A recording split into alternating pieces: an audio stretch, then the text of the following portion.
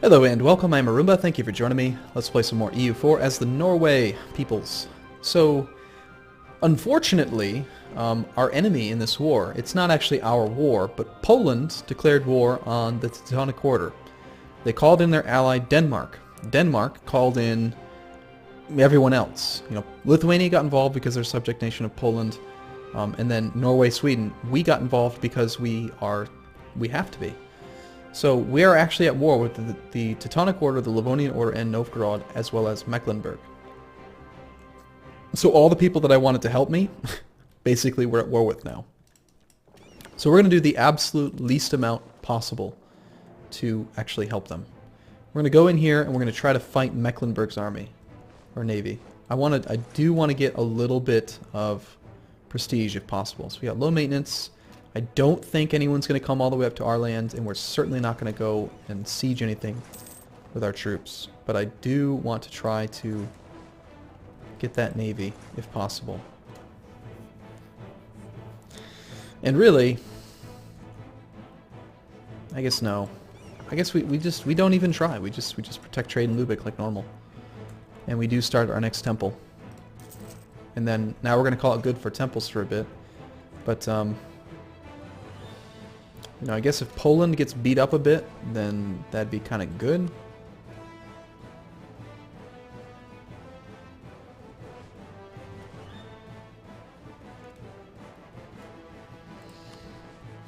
Denmark hasn't picked up any new enemies since the last video. There's a huge death stack right now, going over to fight Novgorod. You know, maybe, if we get lucky, and Denmark and Poland and all of our people get very, very weak. Sweden's army, though, is terrifying. And if we declare independence on Denmark, then Sweden's going to come siege us and beat the crap out of us. But this is Sweden's navy getting killed by the Livonian Order in Novgorod. And we're probably going to see quite a few of these ships sink.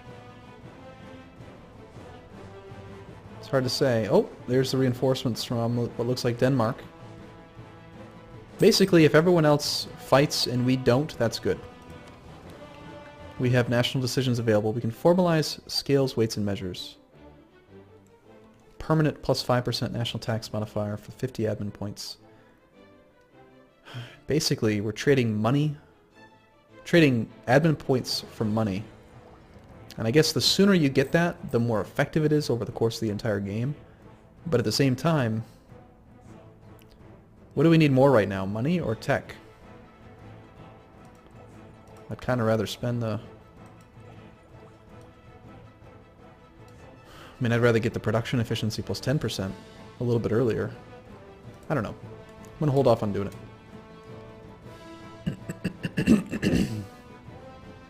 God, I'd love to get that 50 prestige, though. I'm actually really kind of tempted to go and do a couple little battles just to get the prestige up. That's the other thing. If we ever end up having more prestige than Denmark and somehow have a negative opinion of them,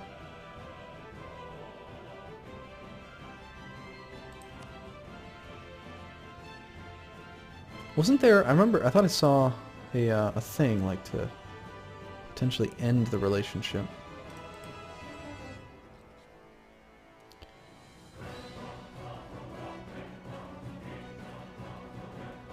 Chance of inheriting...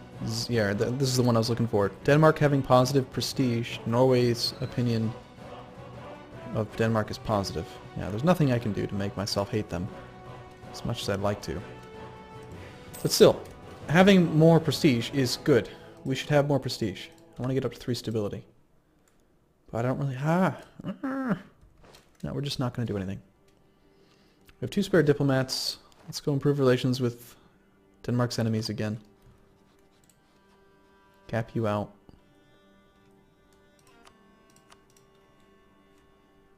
And I guess we'll cap out the Hansa again.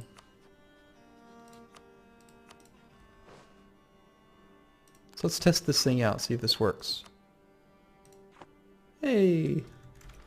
So I don't want to know about that. Then you can click that little button. Now it doesn't bother us anymore. Let's leave it off for now. I really don't feel like 5% tax. We're talking about literally.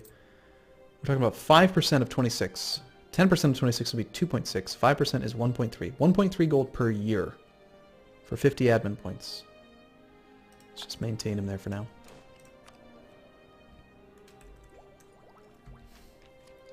Although I've done a good job and we're actually kind of ahead of time on this, so...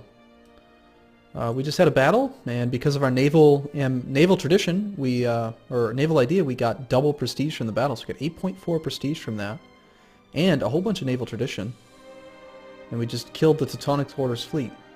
2 ships got us 8 prestige. Gosh, wow. We don't want to fight this one. Unfortunately, they're coming for us. Or are they? Now he's going to the Western Baltic Sea. We gotta get the hell out of here. I mean, I'm glad that we gained that prestige. But, oh, that's interesting. I feel like this is a bug, in my opinion. So when you have an army selected, right? Tooltip shows you leader 1402, or sorry, 1400. When you look at the Navy, though, we have an admiral in charge, but it doesn't give us the tooltip for the admiral. And the admiral is a 3-4. It's very significant. And they have an admiral. So it's like they did it for the military land units, but they didn't do it for the navies. Let's actually go after Novgorod's. I know Novgorod's like who I want to be allies with, but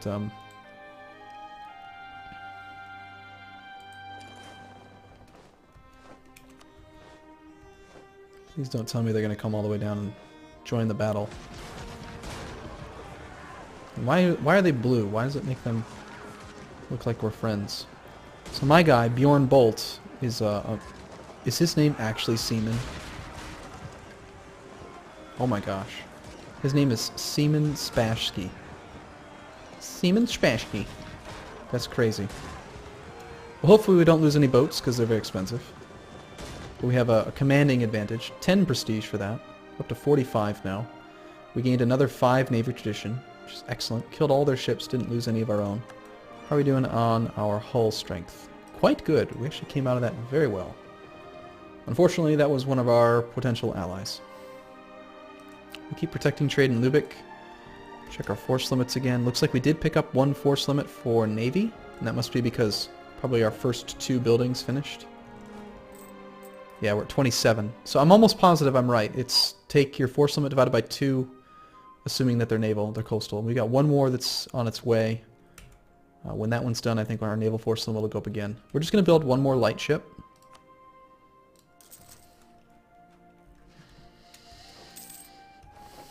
We want to avoid that fleet, though. Or actually, maybe we want to join in on the battle when Denmark takes the battle.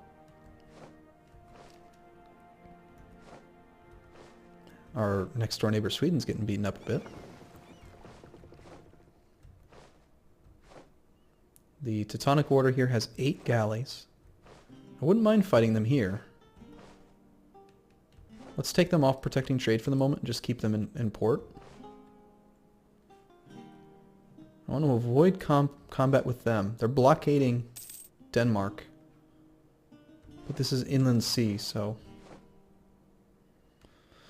Okay, I know I probably do this all the time, but let's take a look at the comparison between heavy ships and galleys again, and see if our 3 with a good commander are good enough to offset his 8 galleys. So, a Carrack is hull size 20, okay, and has 40 cannons. A galley is hull size 8, and it's got double damage versus anything that's not a galley. So 8 and 24. So 40 divided by 24 is what? 1.5 plus another... I should just grab a calculator, shouldn't I?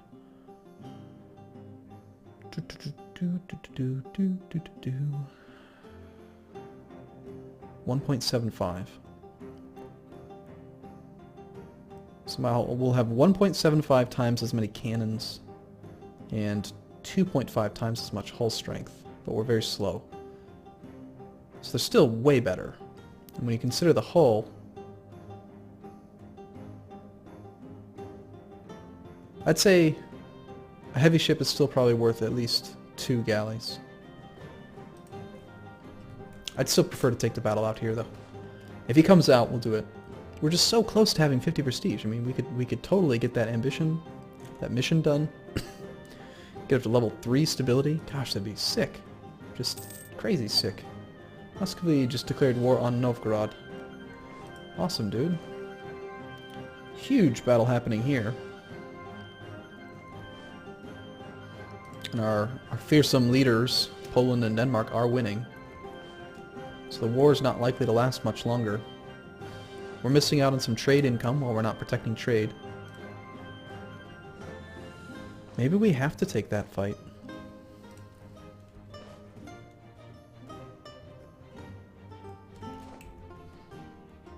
Naval force limit still at 15. Back up to speed 4 while we wait for that to complete. Oh, fleet's moving around. Okay, it's 94%. Let's go pay attention to the fleet for a second. The Hansa is going... Oh, they're splitting up. The Hansa's going to Kattegat. Is the Hansa an enemy of ours? No, they're not an enemy. That's just another fleet there. Okay, the Teutonic Order is going to the southern Baltic Sea, so they are leaving that sea zone. Maintain that diplomat as well.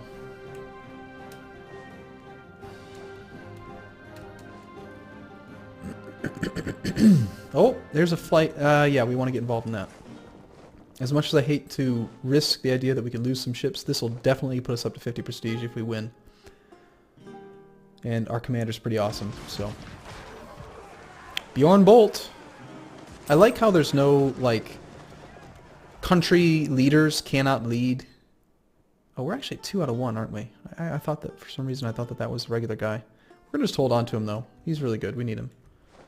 But anyway, you can't have leaders in naval combat, so it's always the best admiral that just takes over, which I think is awesome. Hopefully none of our ships go down. We gained another 5 Navy tradition, only 5 prestige. Surprising. Actually, it looks like we gained 10, everyone else gained 5. But lost 1. I don't know if we actually lost any of them. Probably not. Nope, we still have our 14 ships, so looks like we're safe. Let's head home. There's our mission done. Wonderful news. Up to 3 stability without paying a penny for it. Next ambition, could gain the accumulate money, protect against Poland, gain some army tradition if we got 11 military regiments. Our force limit's up to 10, so it's really not that big of a stretch to go up to 12. Of course, Poland might, and most likely will, have much more than that in the near future. Solidify papal relations, gain a little bit of prestige if we can get the papacy to like us. That's just a matter of sending a diplomat there for a little while. On the other hand, accumulate money is also quite good. But we're going to be spending money on new ships, so let's do solidify papal relations. We'll recall our guy from Scotland, since Scotland's still rivaling us, and as soon as possible... Or actually, they're not rivaling us. They're just hostile because they've got a claim.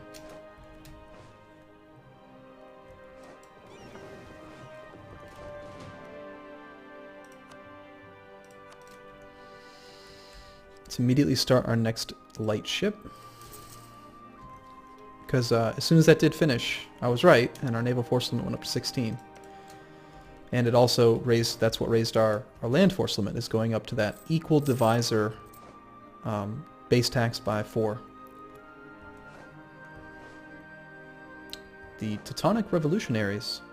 You have not yet discovered rebels. It's just funny the way they say that. Another little minor bug, I think. Let's improve relations with the papacy. Yes. We want to be your friend, Pope. Kind of.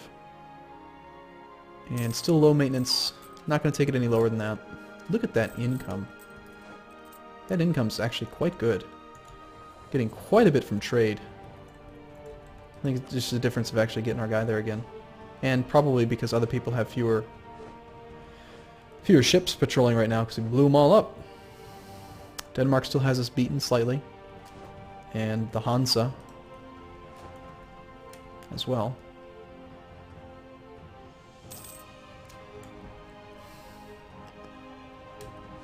Austria's declared war on Augsburg.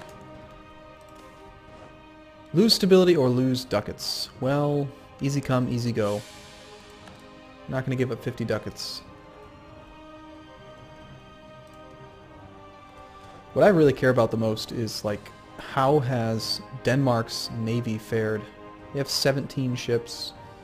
There's actually quite a few, but we're the only one that has, like, any heavy ships up at this area. And then as far as their land force, Denmark only has 8,000. I think our opportunity is going to come when we get our next diplomatic idea, bump up our naval force limit by 50%, which is going to take us up to 24, and we get a huge navy, and then we blockade Denmark and just don't let them out and don't let their army. We wait for a strategic point where, say, half their army is in Szechuan, and we just blockade this province, this sea zone here. And then we have to probably hire a ton of mercenaries to fight Sweden. It is a defensive war, technically, even though we're the aggressor. And so we just park our army in the mountains and just wait for Sweden to come. And hope that no one else really feels like paying attention to us.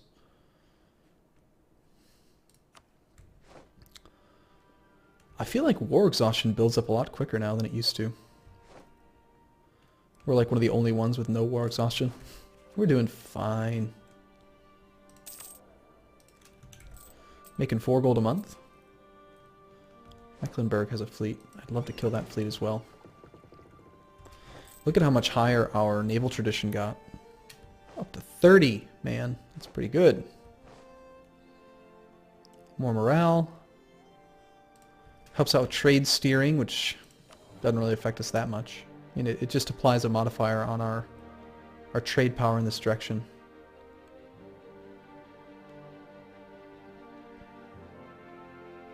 You can see it right here. Norway plus 30.8%. So because we've got that naval tradition, we've got a good modifier on our trade power, and most of our trade power just comes from provinces.